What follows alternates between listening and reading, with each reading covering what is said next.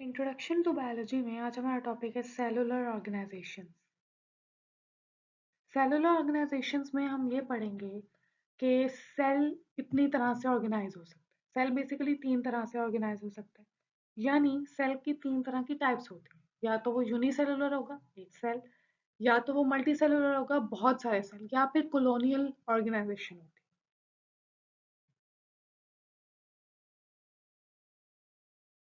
Unicellular organisation में हम ये पढ़ेंगे कि कैसे सिंगल सेल पे एक ऑर्गेनिज्म सरवाइव कर सकता है। All single cell organism carry out all life activities, they digest the food, respire, excrete, move on the cellular basis by simple methods. अब जब लाइफ शुरू हुई थी तो जो यूनिसेलुलर ऑर्गेनिज्म थे, बैक्टीरिया, अमेबा, पेरामीशियम, यूग्लिना, ये सब क्या थे? यूनिसेलुलर, एक सेल पे थे। इनका सारा प्रोसेस एक सेल कंट्रोल करता था, चाहे वो डाइजेस्ट कर रहे हैं, एक्सक्रीट कर रहे हैं, रेस्पायर कर रहे हैं, वो सब कुछ क्या हो रहा था? एक सेल पे हो रहा था। इसके बाद आती है कॉलोनियल ऑर्गेनाइजेशन। बहुत सारे यूनिसेलुलर ऑर्गेनिज्म अगर एक जगह पे रहते हैं तो वो एक कॉलोनी बना लेते हैं, but do not have any division of labour among them.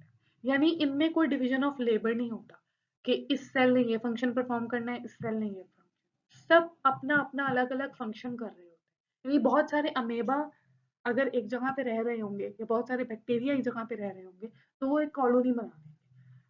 उसमें हर एक जो बैक्टीरिया है, अगर 100 बैक्टीरिया एक जगह पे रह रहे हैं, कॉलोनी बना रहे हैं, तो अगर एक जो बैक्टीरिया है वो ये नहीं है कि एक बैक्टीरिया डाइजेशन कर रहा है, एक रेस्पायर कर रहा है, एक एक्सक्रीशन कर रहा है, ऐसा नहीं है। हर बैक्टीरिया हर फंक्शन परफॉर्म करेगा, अपना अलग यूनिसेलुलर ऑर्गेनिज्म है, उसका दूसरे से कोई लिंक नहीं है। बस वो एक कॉलोनी बनाते हैं क्योंकि वो एक जगह पे रह रहे हैं। तो ये मतलब है इसका, दे do not have any division of labour. ऐसा नहीं है कि एक रेस्पायर कर रहा है, एक डाइजेशन कर रहा है, एक एक्सक्रीशन कर रहा है, नहीं। वो सब अपने अपने अलग अलग फंक्शन परफॉर्म कर रहे हैं, सब रेस्पायर कर रहे हैं, सब डाइजेशन कर रहे हैं। In colonial type of cellular organization, each unicellular organism live its own life. Her unicellular organism वो independent है, वो अपनी लाइफ खुद गुजार सकता है। They are not depend on each other and never form a multicellular structure.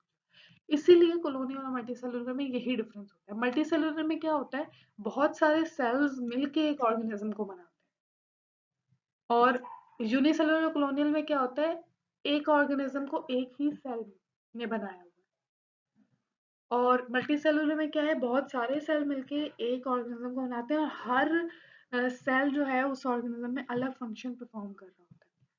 अब colonial की एग्जांपल आती है, volvox is a green alga, is an example of colonial form of organisation. Volvox, बहुत सारे एल्जी मिलते हैं और एक वॉलवॉक्स को बनाते हैं। ये क्या है? कॉलोनियल ऑर्गेनाइजेशन की एग्जांपल है। मल्टी सेलुलर ऑर्गेनाइजेशन में क्या होता है? एक ऑर्गेनिज्म को बहुत सारे सेल बना रहे हैं, एक सेल नहीं, बहुत सारे सेल। अब उसमें हर सेल अलग अलग फंक्शन परफॉर्म करे। एक सेल डाइजेशन करेगा, दूसरा रेस्पिरेशन करेगा, तीसरा एक्सक्रीशन करेगा, चौथा मूवमेंट करेगा।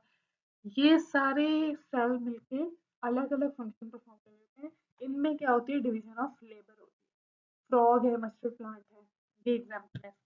मस्टर्ड प्लांट क्या है? ब्रासिका कम्पास्ट्रिस, जिसका साइंटिफिक नेम है मस्टर्ड प्लांट, और इसको लोकली हम क्या कहते हैं? सरसों कहते हैं, सरसों का पौधा। अब ये एक मल्टी सेलुलर है। इसको ज्यादातर जो इसकी कल्टीवेशन होती है वो विंटर सीजन में होती है। Leaves of this plant are used as vegetable. इसके जो लीव्स हैं, पत्ते हैं, उसको सब्जी के तौर पे यूज करते हैं, तो खाते हैं। वाइल सीड्स, और इसके जो सीड्स हैं वो ऑयल एक्सट्रैक्शन के लिए यूज होते हैं। लेंथ 1 से 1.5 मीटर होती है, और इसके दो पार्ट्स होते हैं, एक होते हैं वेजिटेटिव पार्ट और एक होते हैं रिप्रोडक्टिव पार्ट। वेजिटेटिव पार्ट्स क्या होते हैं? रूट, स्टेम्स और लीव्स। और रिप्रोडक्शन जो होती है प्लांट्स के अंदर, वो सिर्फ फ्लावर में होती है। Flower is a reproductive part of plant. हर जो फ्लावर है वो इसका येलोइश इन कलर होता है और सीड्स को प्रोड्यूस करता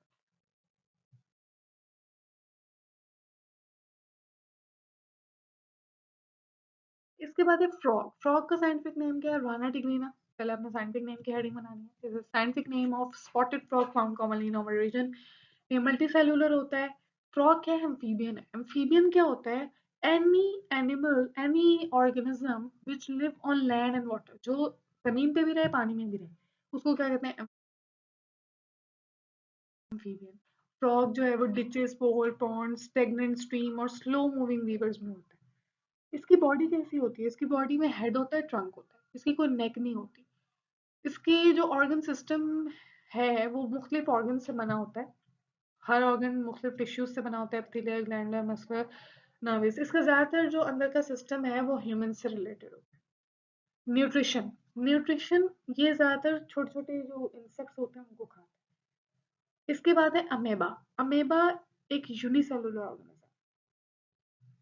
अमेबा जो है वो mud of shallow ponds, pools और एनी स्टेगनेंट, किसी भी खड़े पानी में अमेबा होता है।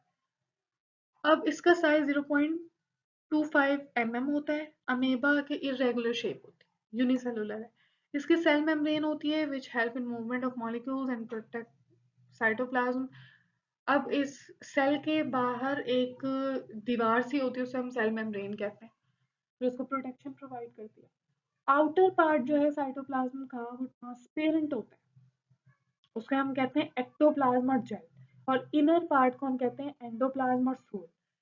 ये मोस्टली अक्सर आता है हर साल के पेपर में, एक्टोप्लाज्म और एंडोप्लाज्म का डिफरेंस। आपने क्या लिखना है? आउटर पार्ट ऑफ साइटोप्लाज्म क्या है?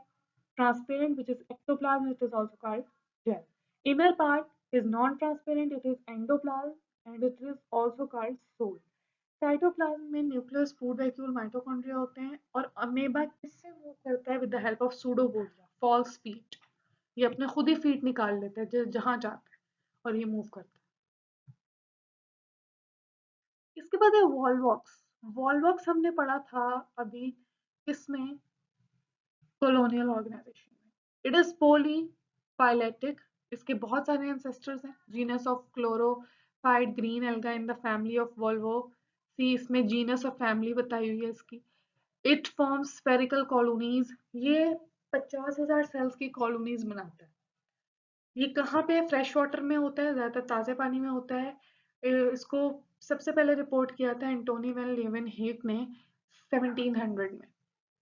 वॉल्वॉक्स को एल्जी भी कहते हैं। They live together in a colony, यानी एल्जीज मिलके, बहुत सारे ग्रीन एल्जीज मिलके वॉल्वॉक्स बनाते हैं। हर एक वॉल्वॉक्स के दो फ्लैजिला होते हैं। Flagella beat together to roll the body in the water. Flagella क्या है? जैसे उसके अमेबा के हमने पढ़ा है सूडोपोडिया, फॉल्सपीड, जिससे वो मूव करता है। एल्जी या वॉल्वॉक्स में क्या होता है? फ्लैजिला होती है। फ्लैजिला एक तरह की अम, इनके समझ लें मूवमेंट के लिए एक लंबी सी दुम टाइप कुछ निकल रही होती है, उसे हम कहते हैं फ्लैजिला।